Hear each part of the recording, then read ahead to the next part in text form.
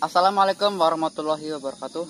Jumpa lagi bersama saya Satria Alvino di Jejak Master. Kebetulan kita bertemu lagi dengan saudara kita si Jaka yang kemarin sempat menceritakan tentang peristiwa yang pernah dialami waktu dia kecil ya. Nah kebetulan pada malam spesial ini dia juga akan bercerita tentang kisah horor, tapi dia akan bercerita tentang sahabatnya atau temannya yang dulu pernah menikah dengan setan.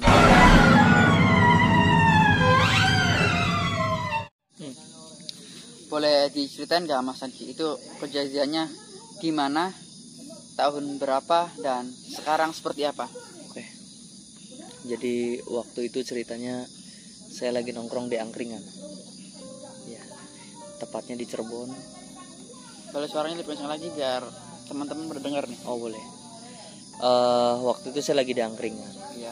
Nongkrong biasa sama teman-teman. Ya biasalah kita cerita horor gitu kan. Akhirnya temanku ini dia cerita bahwa dia itu menikah dengan si Neng Kun Kun. Kuntilanak ya? Iya, Neng Kuntilanak. Gimana tuh kronologi dia bisa menikah dengan kuntilanak? Sebabnya apa dan gimana itu? Karena gini ya, sebagai bangsa manusia dengan bangsa setan itu saling berlawanan, beda alam gitu. Kenapa bisa sampai menikah? Itu juga jadi tanda tangan, jadi tanda tanya yang sangat besar buat saya. Kenapa kok bisa seperti itu?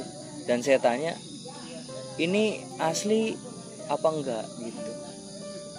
Nyatanya itu memang asli.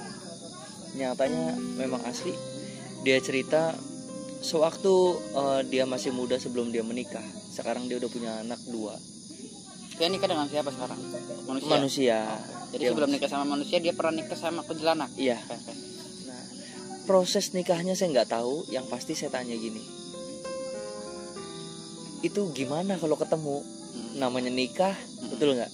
Jadi dengan bangsa seperti itu ya saya merinding ceritanya. Jadi dia kalau ketemu itu ya menjelma menjadi manusia. Yang dia cerita ke saya, dia menjelma menjadi manusia dan sewaktu berhubungan pun seperti manusia. Saya saking penasaran, berhubungan dengan makhluk seperti itu rasanya seperti apa? Dia bilang rasanya sama seperti berhubungan dengan manusia. Nah gini deh, ketika dia melakukan sebuah hubungan tersebut dengan kuntilanak, tempatnya di mana dan biasanya kapan gitu, tahu nggak? Waktu itu dia nggak terbuka masalah tempat, tapi yang pasti sewaktu dia bertemu dengan kuntilanak itu malam dan dia berhubungan dengan kuntilanak itu, dia cerita rasanya sama seperti berhubungan dengan manusia.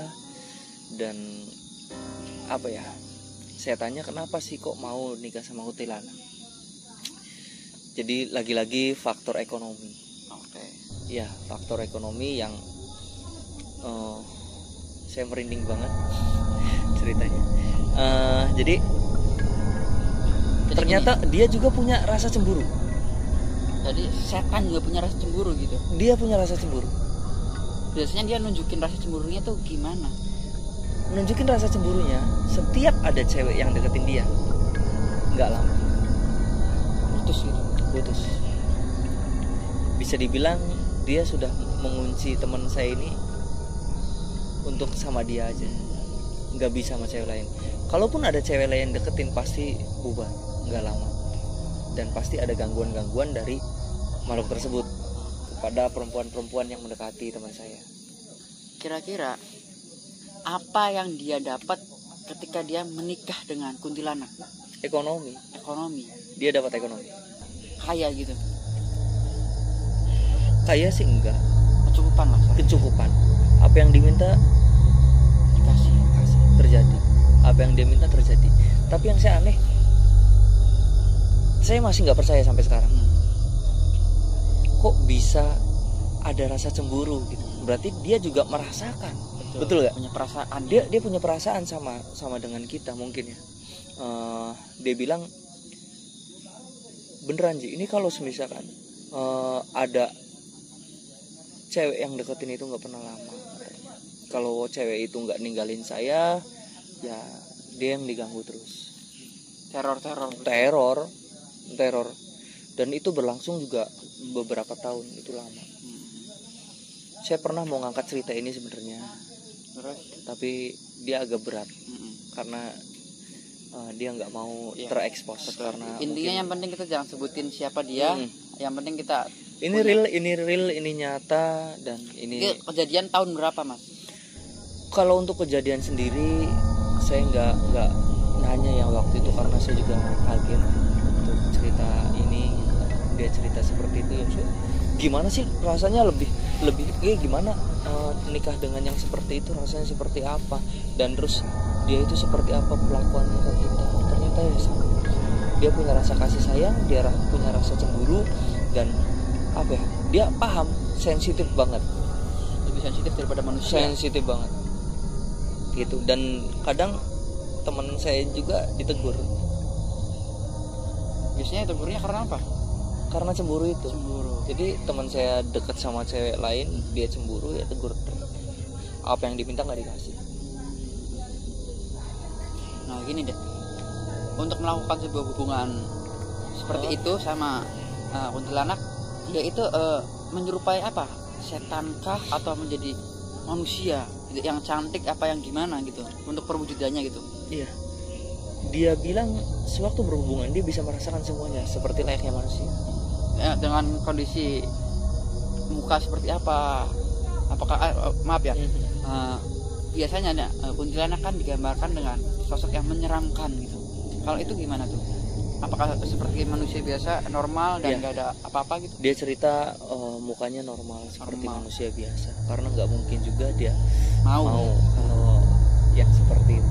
Jangankan untuk berdekatan, lihat dari jauh aja kita udah ngeri. Betul. Iya kan? Gini deh, perjalanan dia bisa nikah sama makhluk tersebut itu awalnya emang dia nyari apa emang gimana? Jadi gini, saya benar-benar merinding cerita ini karena ini kisah nyata. Dia bilang ke saya, awal mulanya gimana? Saya niat. Dia bilang gini, nyebut, kalau misalkan saya bisa kaya karena kamu, saya mau nikah dengan kamu. Punya ucapan kayak sumpah gitu ya berarti ya? Dan akhirnya diiyakan gitu. Sampai beberapa tahun akhirnya susah ketemu jodoh. Dia kesana kesini nggak mempan. Ketemu dia ke daerah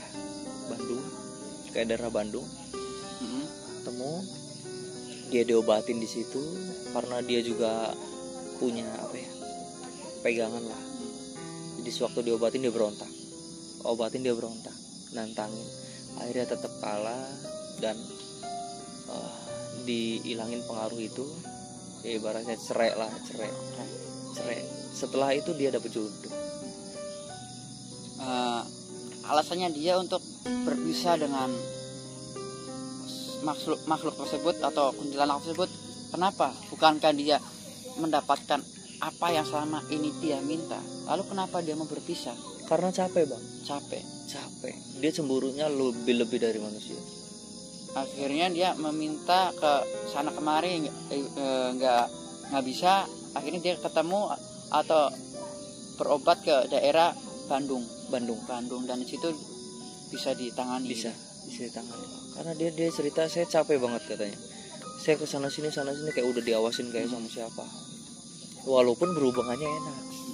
Katanya gitu, walaupun berhubungannya enak. Tapi ya namanya seperti itu, dia mungkin mau punya keturunan juga. Betul. Gitu kan. Nah, kalau ditanyain dia punya keturunan enggak sama itu? Saya nggak tahu, saya nggak berani nanya itu. Tapi ya nggak ngerti dia punya keturunan apa enggak, seperti apa saya nggak berani nanya. Yang pasti sewaktu dia ngerasa nggak nyaman, dia ngerasa capek, dia berobat ke Bandung, dan nggak lama dari itu dia dapet jodoh. Dan akhirnya